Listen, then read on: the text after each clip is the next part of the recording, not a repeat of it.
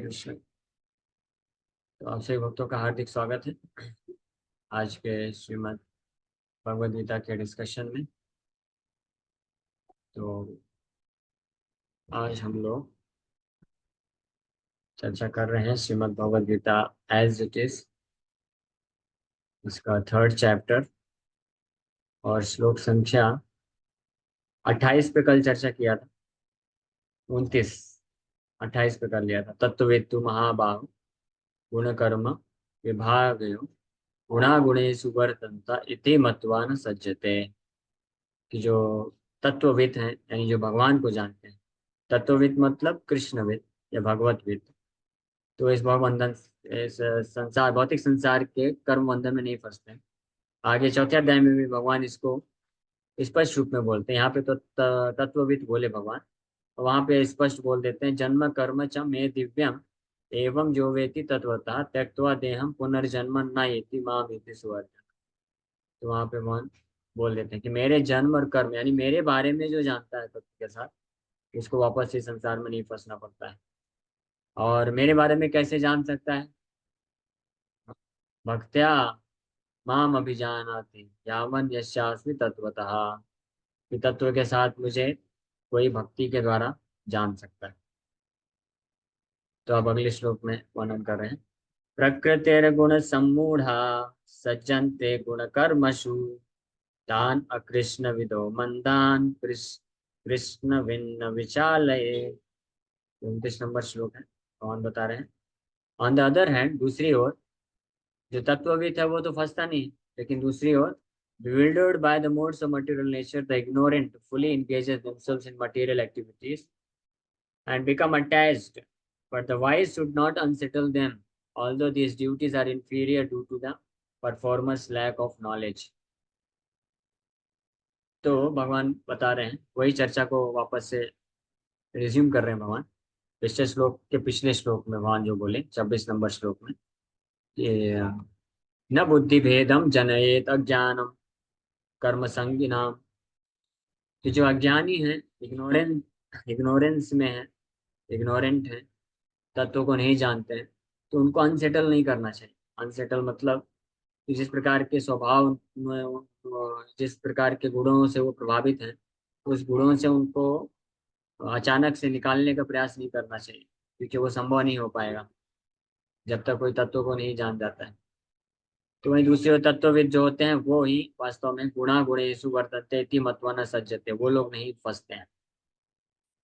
लेकिन प्रकृतिर गुण सम्मूढ़ा, प्रकृतिर गुण मतलब प्रकृति के 3 गुण कौन कौन से हैं? सतोगुण, रजोगुण, तमोगुण। उसके द्वारा जो सम्मूढ़ा है, मूढ़ा मतलब मूर्ख बन जाना, सम्मूढ़ा मतलब अच्छे तरीके से मूर्ख बन जाना, सम्यक रूप में न मूढ़ा, बिफूल्ड बाय मटेरियल आइडेंटिफिकेशन। तो प्रकृति के 3 गुण इस संसार के ऐसे जीवात्माओं को, ऐसे लोगों को जो कि इग्नोरेंट होते हैं, यानी अज्ञानी होते हैं, यानी जिनके पास तत्वों का ज्ञान नहीं, जो जन ही जानते हैं, तो उनको सम्मूढ़ बना देते हैं, यानी पूरी तरह से उनको मूर्ख बना देते हैं।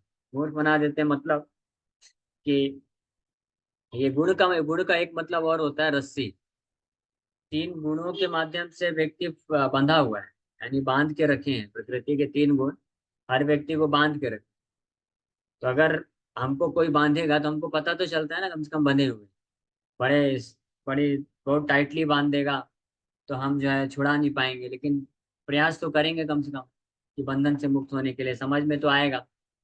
लेकिन ये रस्सी ऐसी है, प्रकृति के 3 गुण, ये 3 गुण प्रकृति के 3 रस्सियां हैं जो हर किसी को बांध के रखी हैं, लेकिन लोगों को पता ही नहीं चलता है कि हम बंधे हुए। इसलिए बोला गया सम्मूढ़। तो प्रकृतिर गुण सम्मूढ़ा सज्जनते गुण कर्मसु। इस प्रकार के गुणों के द्वारा जो कर्म किए जाते हैं, मटेरियल एक्टिविटीज, भौतिक कार्यों में सज्जनते, वो जुड़ते हैं। और इसके कारण तान अकृष्ण विदो मंदान, ऐसे लोग, अकृष्ण विदा, person with a poor fund of knowledge. Krishna का मतलब ये कृष्ण नहीं है, कृष्ण है, टी लगा हुआ है, ता लगा हुआ है। ठीक है, कृष्ण और कृष्ण में अंतर है। तो ये कृष्ण का मतलब होता है संपूर्णता से, पूर्ण रूप से। और अकृष्ण विदा मतलब जिनके पास पूर्ण ज्ञान नहीं है। वो लोग भी गुणों, प्रकृति के 3 गुणों में फंस जाते हैं। और मंदान, lazy to understand self realization, ऐसे लोग जो हैं वास्तव में आलसी हो जाते हैं आध्यात्मिक जीवन में आगे बढ़ने के लिए, क्योंकि वो आध्यात्मिक 3 गुणों में इस प्रकार से फंसे होते हैं, जकड़े रहते हैं, कि उनकी इच्छा ही नहीं उत्पन्न हो पाती है कि आत्म साक्षात्कार के लिए कार्य कर सके। तो ऐसे लोगों को जो कृष्णविद है, कृष्णविद, जो जिनके पास वास्तविक ज्ञान है, न विचालय, उनको विचलित नहीं करना चाहिए, एजिटेट नहीं करना चाहिए। ये भगवान इस श्लोक में वापस से रिपीट कर रहे हैं, जो 26 नंबर श्लोक में बोले थे, उसका व्याख्या करते हुए कि क्यों अनसेटल नहीं करना चाहिए। इसको समझाने के पश्चात वापस से बोल रहे हैं कि अनसेटल नहीं करना चाहिए, यानी उनको विचलित नहीं करना चाहिए। वो जिस प्रकार के कार्य में लगे हैं वो कार्य करने देना चाहिए। हाँ?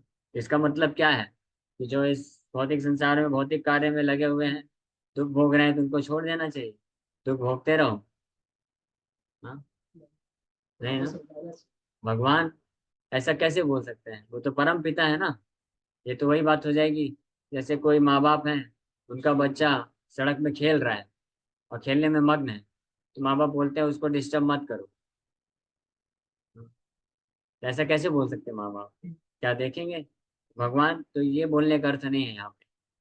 क्या अर्थ है तात्पर्य में आपको, इसलिए प्रमाणिक आचार्य की जरूरत पड़ती है कि भगवान ये क्यों बोल रहे हैं।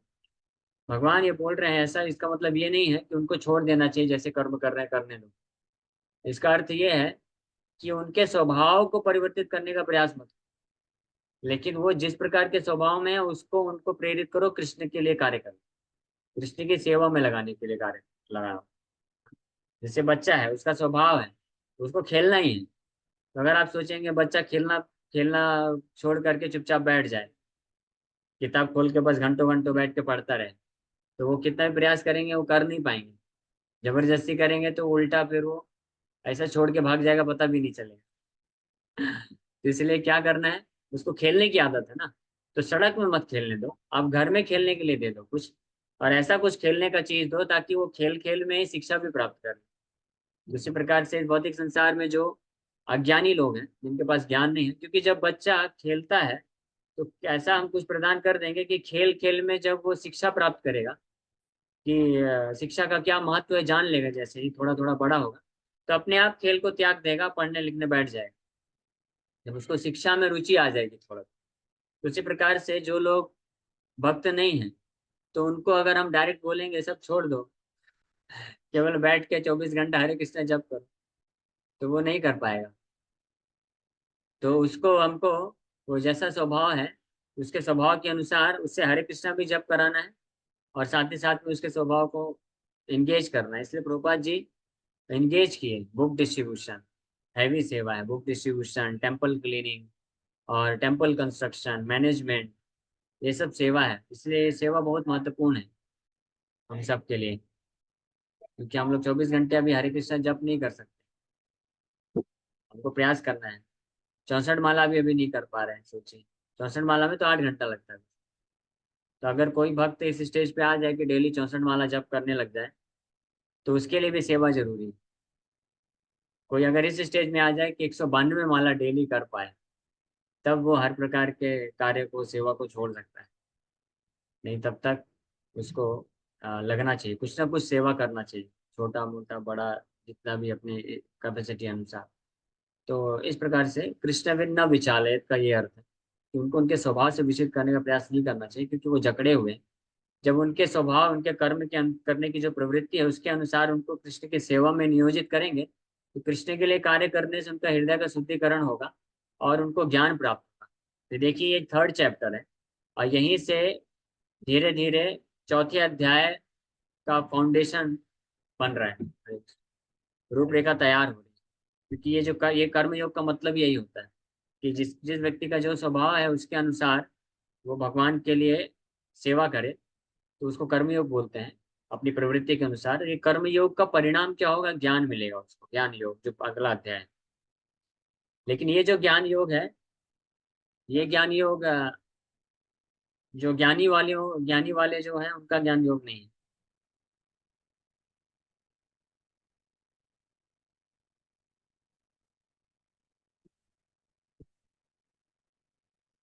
ज्ञानी होते हैं ना, जो मायावादी सन्यासी की बात कर रहे हैं, वो उनका ज्ञान योग अलग है। और जो वैष्णव का जो ज्ञान योग है वो डिफरेंट। वैष्णव के ज्ञान योग में मूलभूत सिद्धांत है कि कृष्ण परम भगवान है और हम भगवान के दास हैं। इस पे आधारित ही बाकी सारा ज्ञान कार्य करता है। और जो मायावादी होते हैं, ब्रह्मवादी, उनके ज्ञान योग में उनका मूलभूत सिद्धांत होता है कि सब कुछ ब्रह्म है, निराकार ब्रह्म। उसके आधार पे ही पर वो बाकी सारी चीजें, प्रोसेस वगैरह वो डेवलप करते हैं। और जो कर्मकांडी स्मार्ट लोग होते हैं, भौतिकवादी लोग होते हैं, उनका ज्ञान का फाउंडेशन अलग है। उनके लिए ज्ञान मतलब कि हर चीज का उद्देश्य है इंद्रियों की तृप्ति करना। तो ये ज्ञान भी अलग अलग स्तर पे। जो वास्तविक ज्ञान है, जो वैष्णव परंपरा को पालन करता है। तो जो भगवान ने गीता में जो चौथे अध्याय में ज्ञान योग बोला है, वो वास्तविक ज्ञान है। उसमें भगवान आ, उसमें वर्णन करते हैं कि कैसे ये जो वैष्णव परंपरा से ज्ञान आता है, शुद्ध भक्ति योग का, भगवान को जो जानता है। उसी में तो भगवान चौथे अध्याय में तो बोलते हैं ना, जन्म कर्म च मे दिव्यम एवं यो वेति तत्वतः। वही ज्ञान है ना, जो भगवान के जन्म है, भगवान का कर्म है, जो कृष्ण के बारे में जानता है तत्व के साथ, कृष्ण के नाम रूप गुण लीलाओं तत्व के साथ जानता है, वो वास्तविक ज्ञानी व्यक्ति। तो उस ज्ञान की बात की जा रही है। तो इसलिए भ्रमित नहीं होना चाहिए। तो ये कर्म योग जो अच्छे से करेगा, तो फिर ज्ञान योग की स्टेज में परिपक्व हो जाएगा। और ज्ञान योग की अवस्था में फिर पांचवा अध्याय भी कर्म योग है, लेकिन वो कर्म योग परिपक्व कर्म योग। तो उसमें ज्ञान के साथ वो कर्म योग करता है।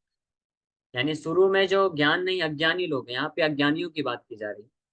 हाँ, जो कि तान अकृष्ण विदो मंदान, जो आलसी हैं, अज्ञानी हैं, जो भक्ति नहीं करेंगे, उनको बोलोगे कि चलो बैठ के 16 माला जप करो, नहीं करने वाले हैं। 64 माला जप करो, 64 माला तो दूर की बात होगी। हाँ, उनको बोलो आधे घंटे भी जप करने के लिए तो थक जाते हैं, मुंह थक जाता है। अरे कैसे कैसे थक गए, आप तो नौजवान हो, 25-30 साल के युवक हो, इतना बढ़िया शरीर, भारी भरकम शरीर लेके बैठे हो। मुझे देखो कितना दुबला पतला हूँ, बूढ़ा होता जा रहा हूँ, बाल पक गया है, मैं तो नहीं थकता। 64 माला करते हैं हम, तो आप ऐसे कैसे बोल सकते हो थक गए। यानी हरे कृष्णा जप करने से नहीं थकता है व्यक्ति। क्यों थक जा रहा है? क्योंकि मंदान, मंदान मतलब लेजी है, आलसी। आलसी क्यों है? क्योंकि अज्ञान, अज्ञानता के कारण आलसी। आसक्ति है भौतिक जगत में, कार्य कर्म करने के प्रति प्रवृत्ति इतनी गहरी है। हाँ, अविद्या काम कर्म भी, कुंती महारानी भी अपने उसमें बताती हैं कि अविद्या के कारण व्यक्ति काम वासना में फंसा हुआ है, बहुत सारी भौतिक इच्छाओं में फंसा हुआ अविद्या के कारण। अविद्या काम और कर्म भी, और उसके कारण वो कर्म करता है और उससे ही आसक्त होता है। तो जो अविद्या में फंसा व्यक्ति है, काम वासना है और बहुत सारे भौतिक कर्म में लगा हुआ है, उसको अचानक से आके बोलेंगे कि ये सब छोड़ के 64 माला जप करो, तो उसके लिए तो यही होगा कि थक जाता हूँ मैं एक माला कर। लेकिन उसी को बोलो जाओ 12 घंटे नौकरी करो, जॉब करो, धंधा करो, बड़ा दौड़ दौड़ करके करेगा, बहुत एक्टिव रहेगा, लोकल में धक्के खाता रहेगा, कभी नहीं बोलेगा मैं थक गया हूँ।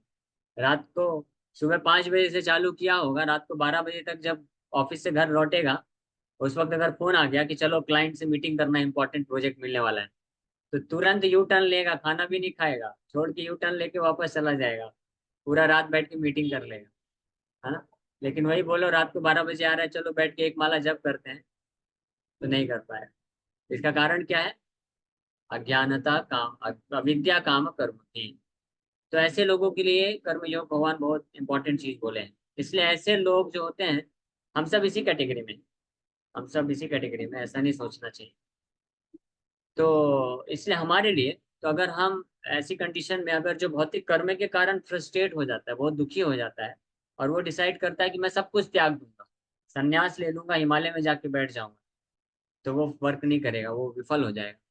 क्योंकि अविद्या काम कर्म भी अभी भी मन में बसा बसा हुआ है।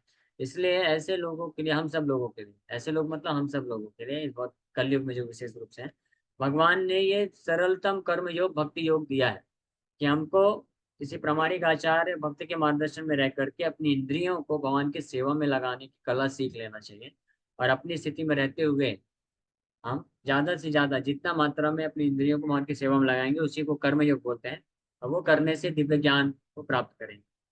और सबसे महत्वपूर्ण कर्म योग का जो सबसे महत्वपूर्ण एस्पेक्ट है, सबसे महत्वपूर्ण अंग है, वो है अपने जिह्वा को और कान को भगवान की सेवा में लगाना। जिह्वा और कान, ये सबसे महत्वपूर्ण इंद्रियां हैं, है ना।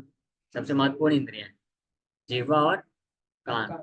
जब सारी इंद्रियां सुप्त हो जाती है ना, कान तब भी वर्क करता है, कान तब भी वर्क करता है, इसलिए कान बहुत महत्वपूर्ण है। इसलिए हरे कृष्णा जप करना, सुनना, इसके माध्यम से हम जीवा और कान को भगवान की सेवा में लगाते हैं। तो ये कर्म योग है, और ये बेस्ट कर्म योग है। दिस इज द बेस्ट कर्म योगा, जिसको अगर पूर्ण रूप से शुद्ध भाव में अगर कोई करता है, शुद्ध भक्त होता है, तो उसी को शुद्ध भक्ति योग बोलते हैं। लेकिन हमारे लिए वो क्लीनिंग का प्रोसेस है, चेतो दर्पण मार्जन। और फिर इसके अलावा हमको भगवान ने बुद्धि दिया है, मन दिया है, शक्ति दिया है, हाथ पैर दिया है, तो उसको भी भगवान की सेवा के लिए इस्तेमाल करना चाहिए। जैसे हम लोग भी कर्म योग कर रहे हैं। हम लोग क्या कर रहे हैं, अभी मैं मंदिर से दौड़ दौड़ के आया, फिर वापस जाऊंगा, हाथ पैर इस्तेमाल किया ना, लेकिन किसके लिए, भगवान की सेवा के लिए, प्रसाद के लिए। तो भगवान की सेवा के लिए मैं कार्य किया, ये कर्म योग। समझ रहे हैं? जो अपने स्वार्थ के पूर्ति के लिए करते हैं उसको कौन सा योग बोलते हैं? उसको कर्म योग नहीं बोलते हैं, उसको विकर्म योग बोलते हैं। विकर्म योग मतलब पाप। अगर कोई अपने इंद्रिय तृप्ति के लिए बस कार्य करता है, कोई बोलेगा मैं अपने बस के लिए नहीं कार्य करता हूँ, मैं तो अपने लिए कार्य नहीं करता, मैं तो अपने फैमिली के लिए करता हूँ, हाँ, तो डबल ट्रिपल विकर्म योग हो जाएगा। अपने इंद्रिय तृप्ति के लिए संतुष्ट नहीं हुआ, तो चलो मेरे पत्नी है, बच्चे हैं, माँ बाप है, समाज है, समुदाय है, उन सबको भी इंद्रिय तृप्ति दिलाता हूँ। समझ रहे हैं? जैसे उदाहरण के लिए शराबी होता है, खुद शराब पीता रहता है, गड़ गड़ गड़ गड़, जब संतुष्ट नहीं होता है सोचता है मेरे अकेले बस से पीने से क्या होगा, मेरा मेरा इतना अच्छा दोस्त है, ये बेचारा देखो गला इसका सूख रहा है, ले भाई तू भी एक बॉटल ही लगा, उसको भी एक बोतल पिला देता है। तो क्या वो समाज सेवा किया या क्या किया? क्या किया वो? समाज सेवा किया, लेकिन दूसरे तरीके से समाज सेवा की। पाप में समाज सेवा किया। समझ रहे ना? तो इसी तरह से कोई खास अंतर नहीं है, आप लोग बुरा मत मानिएगा, लेकिन ये सिद्धांत है। अगर आध्यात्मिक स्तर से देखेंगे ना, तो कोई व्यक्ति डायरेक्ट पाप करता है, शराब पिलाता है, ये सब पाप कार्य में लगाता है दूसरों को, तो वो भी एक तरह से बंधन है, उसमें दुख मिलता है। या कोई व्यक्ति ईमानदारी से कमा के भौतिक पुण्य तरीके से अपने परिवार वालों को, समाज को लगाता है, तो वो भी उसी तरह का इंटेंगलमेंट, उसी तरह का अविद्या है, क्योंकि उसमें भी वो पुण्य करेगा तो स्वर्ग प्राप्त करेगा, लेकिन बंधन में फंसा रहेगा। तो एक ही चीज, कोई खास अंतर नहीं। भौतिक दृष्टिकोण से अंतर है कि चलो वो शराब नहीं पिला रहा है, वो तो उनको रोटी कपड़ा मकान दे रहा है, तो रोटी कपड़ा मकान दे के भी क्या कर रहा है, उसकी इंद्रियों को शक्ति दे रहा है, और उससे वो और आगे इंद्र तृप्ति करने वाला, पाप करने वाला। इसलिए भक्त लोग क्या करते हैं, भक्त लोग भौतिक और आध्यात्मिक दोनों तरीके से समाज सेवा करते हैं। लोगों को भौतिक चीजें भी देते हैं, तो वो भी आध्यात्मिक बना के देते हैं। जैसे हम आपको प्रसाद खिलाते हैं, हाँ, तो उसका पेट का भी हो जाता है, शरीर के लिए भी और प्रसाद भी। समझ रहे हैं? तो इस तरह से लेकिन महत्वपूर्ण है कि लोगों को अज्ञानता से कैसे फ्री करना है, ये मेन प्रिंसिपल यहाँ पे भगवान बता रहे हैं। कर्म योग का जो आखिरी भाग चल रहा है, और अज्ञानता से लोग मुक्त होंगे जब अपनी इंद्रियों को वो भगवान की सेवा में लगाएंगे और रेगुलर भगवान के बारे में श्रवण करेंगे। तो जो हम ये गीता भागवत की शिक्षा हम सुनते हैं, तो आप देखिए, आप 10 लोगों को बैठा दो, हाँ, अलग अलग लोग जो है अलग अलग प्रकार से शिक्षा को प्राप्त कर पाएंगे। एक उस 10 में से एक जो है 16 माला जप करने वाला भक्त होगा, ठीक है, और एक होगा जो 16 माला जप नहीं करता, लेकिन उसका सात्विक आहार है, सात्विक जीवन। और तीसरे कैटेगरी का मान लीजिए कोई पाप कर्म कर रहा है, वो है।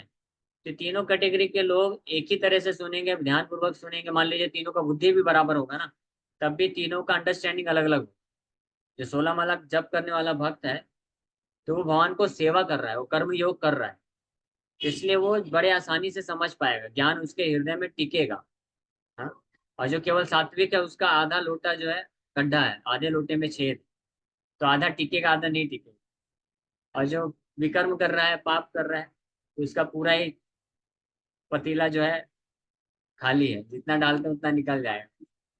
बोले फिर ऐसे फायदा, क्या फायदा होगा, क्योंकि जो लोटा गंदा है, भले ही पानी नहीं टिकेगा, लेकिन वो साफ करेगा।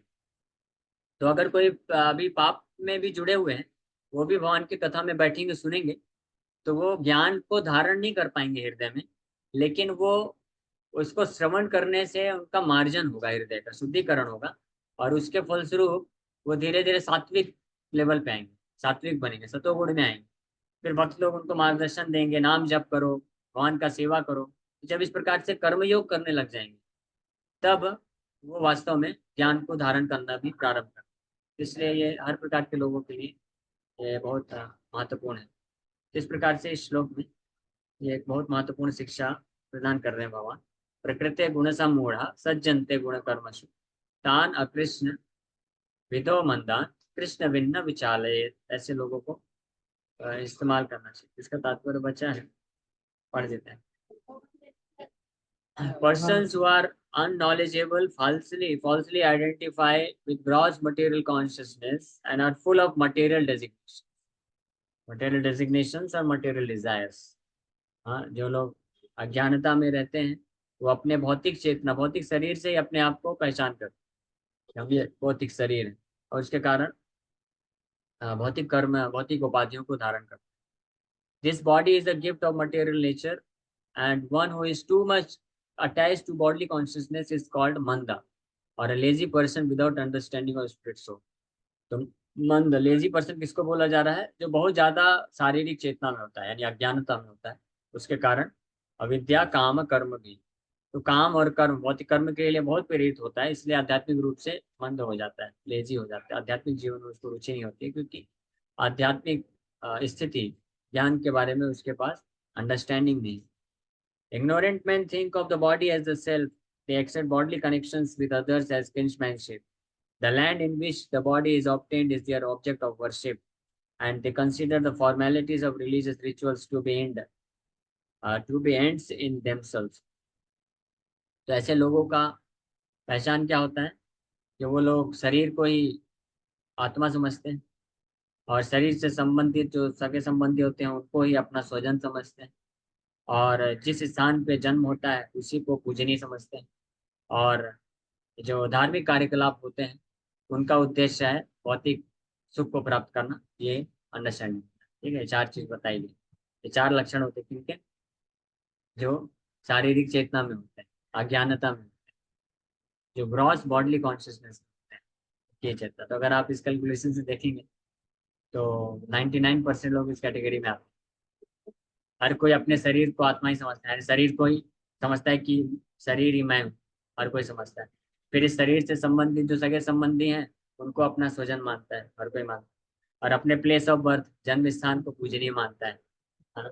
और चौथा कि जितने भी प्रकार के धर्म के कार्य हैं, पूजा पाठ करना, यज्ञ करना, तपस्या करना, तीर्थ स्थानों में जा करके स्नान करना, ये सब का उद्देश्य है कि हमारे घर में सुख संपत्ति घर आवे, कष्ट मिटे तन का। हाँ, ये रहता है।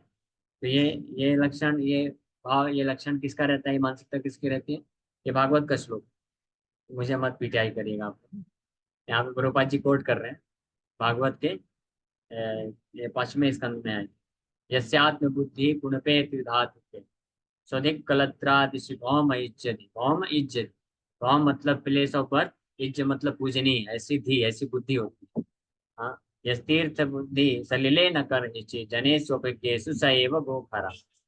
तो भागवत तो और कुछ बोलता है, हमने उतना बोला नहीं। भागवत तो बोलता है इस प्रकार की मानसिकता रखने वाले लोग गो और खर हैं। खर मतलब सुअर और गो मतलब गाय।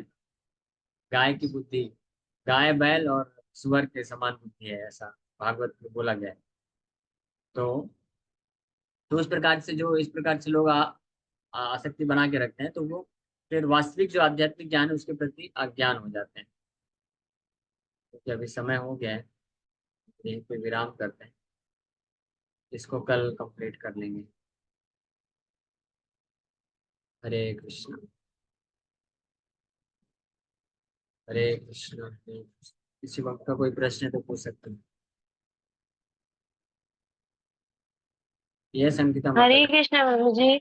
जो आपने लास्ट में कहा ना, सुख संपत्ति घरावे वाली चीज रहती है मैक्सिमम लोगों के अंदर, तो ये हाँ, चीज पूछना था कि कितने में वो रुक जाए, मतलब कितने में उसे समझ लेना चाहिए कि अब रुकना है। जैसे एक पति कमा रहा है तो पत्नी भी कमाने जाती है, फिर ऐसा होता है, तो कब उसे मान लेना चाहिए कि नहीं अब इतने में रुक जाके भक्ति करना है। हरे कृष्ण। तो जितने में आपका भौतिक जीवन जो है चल सके, सुख सुविधा पूर्वक नहीं बोल रहे हैं, आसानी से चल सके, 2 वक्त को खाने को मिल रहा है, रहने के लिए एक फ्लैट है, और जो बच्चे हैं उनका पढ़ाई लिखाई खाना पीना ये हो जा रहा है, मेडिकल फैसिलिटी हो जा रही है, इतना अगर हो गया तो फिर वहां पे विराम कर देना चाहिए। विराम मतलब उतने तक ही कार्य करना चाहिए, बाकी फिर समय जो है भगवान की भक्ति के लिए लगाना चाहिए। ठीक है, आप कोई प्रश्न उठाएगा कि प्रभु जी इतना करने के लिए तो पति पत्नी दोनों को 15-15 घंटे काम करना पड़ेगा, तब इतना सब हो पाएगा। तो ऐसी कंडीशन में तो फिर कुछ कंप्रोमाइज करना पड़ेगा, है ना। कि बड़ा घर की जगह भी छोटा घर रखे, हाँ? 4 व्हीलर की जगह 2 व्हीलर रखे। क्योंकि देखिए अल्टीमेटली अगर जरूरत, जो आवश्यकताओं की चीज है, उसको भी प्राप्त करने के लिए अगर हमारा पूरा समय जा रहा है, तो फिर तो जीवन तो ऐसे निकल जाएगा ना। इसलिए हमको फिर आवश्यकताओं को भी कम करके समय बचा करके भक्ति करना जरूरी है। लेकिन अगर किसी के पास समृद्धि है, ऐश्वर्य है, तो उसको उतना ऐश्वर्य लेना चाहिए जितना वो ठीक ठाक से शरीर को रख सके, और बाकी फिर समय और जो धन संपत्ति है उसको भगवान की सेवा में लगाना चाहिए। ओके, और कोई प्रश्न? हम अपनी दिनचर्या में प्रभु जी भगवान के लिए कितने कौन कौन से कर्म कर सकते हैं, ऐसे नॉर्मली सभी लोग जो भी नए जुड़े हैं पुराने। तो सबसे पहला तो कर्म ये है, भगवान के कर्म योग मतलब भगवान के लिए सेवा, अपनी इंद्रियों को भगवान की सेवा में लगाना। कर्म योग का मतलब अपनी इंद्रियों को भगवान की सेवा में लगाना, सिंपल डेफिनेशन। तो सबसे पहला तो यही है कि हम जीवा से भगवान के नाम का जप करें और कान से सुने भगवान का नाम और भगवान की कथा सुने। ये अगर कोई करता है तो ये बेस्ट कर्म योग है। ठीक है, और इसके अलावा फिर हम और भी जो कार्य करते हैं उसके फल को भगवान को अर्पित करना चाहिए। और अगर डायरेक्टली भगवान, कोई मंदिर है, इस्कॉन मंदिर है, सेंटर है, या भगवान को घर में है, विग्रह है, तो उनका सेवा कर सकते हैं तो वो बेस्ट है। लेकिन अगर कोई वो नहीं कर सकता है, भौतिक कर्म कर रहे हैं, तो कम से कम उसके कर्म के फल को भगवान को समर्पित करना चाहिए। इस प्रकार से कर्मयोग किया जा सकता है। ओके। थैंक यू प्रभु जी। जय श्री राम।